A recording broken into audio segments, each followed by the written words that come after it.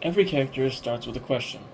Not what they look like, not what powers they have, but who they are. When I started creating Shiori for Crimson Banner, I didn't begin with her hairstyle or her outfit. I started with her role in the story, what she represents and what she believes, and how those beliefs would influence every part of her design.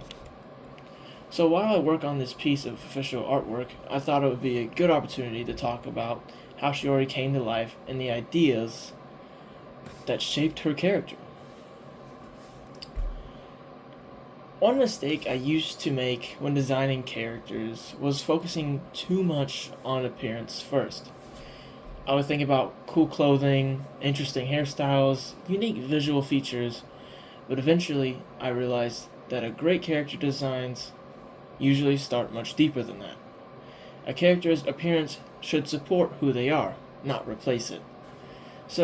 Before I drew Shiori, I spent time understanding her personality, her goals, and her place within the story.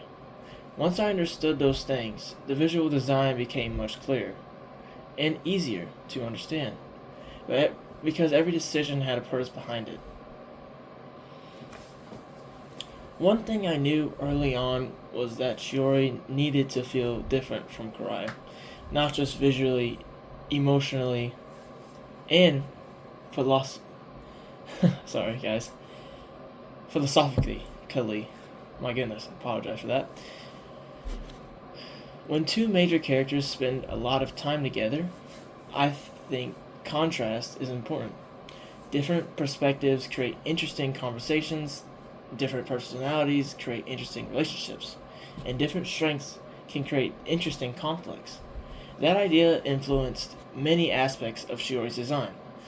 I wanted her presence to communicate something different whenever she appeared on the page. Not necessarily louder, not necessarily quieter, just different. Because contrast helps characters feel memorable. The visual design. Once I had a strong understanding of who Shiori was, I started thinking about her visual identity. Every detail did and always matters.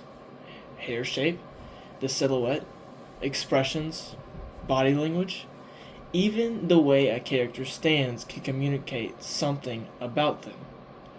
One thing I always ask myself is, if I removed all the details and left only the silhouette, would people still recognize this character? That's something I think about constantly while designing and something I'm still currently working on. Because a strong character design isn't about complexity, it's about clarity. You should be able to look at a character and immediately get a feeling about who they are. Not their entire story, but enough to become curious. And that's really what I wanted for Shiori in her story and her influence as a character in a whole. To reveal something deeper behind her personality, such as everyone else. Another thing I try to remember is that character designs don't exist by themselves. They exist inside a story. A design might look amazing on a poster, but if it doesn't fit the world, the themes, or the narrative, something feels off. So every decision I made for Shiori had to fit within Crimson Banner. The world, the atmosphere, the tone, and the themes.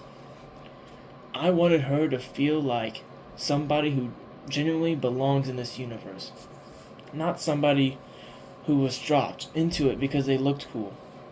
Because at the end of the day, storytelling always comes first. The design should strengthen the story. It shouldn't distract from it. What I learned from creating her. One of the biggest lessons Shiori taught me as a creator is the importance of patience. Character design rarely happens all at once. It's a process. You sketch, you revise, you remove things, and you add things. And sometimes you discover new ideas. Sometimes the final version looks very different from what the original concept was, and that's okay. Actually, it's usually a good sign. It means the character is evolving. It means you're learning more about them. And that's exactly what happened while creating Shiori. The more I wrote her, the more clearly I understood who she was. And that understanding naturally improved the design. Looking back, I'm really happy with how Shiori developed. Not because I think she's perfect, but because every part of her design comes from a purpose, a belief, a role within the story. And I think those are the kinds of characters readers remember, not because of a single visual feature, but because they feel real, and because they feel like they belong, and because they have something meaningful to contribute to the story. Thanks for watching this look into the creation of Shiori while I worked on this piece of official artwork.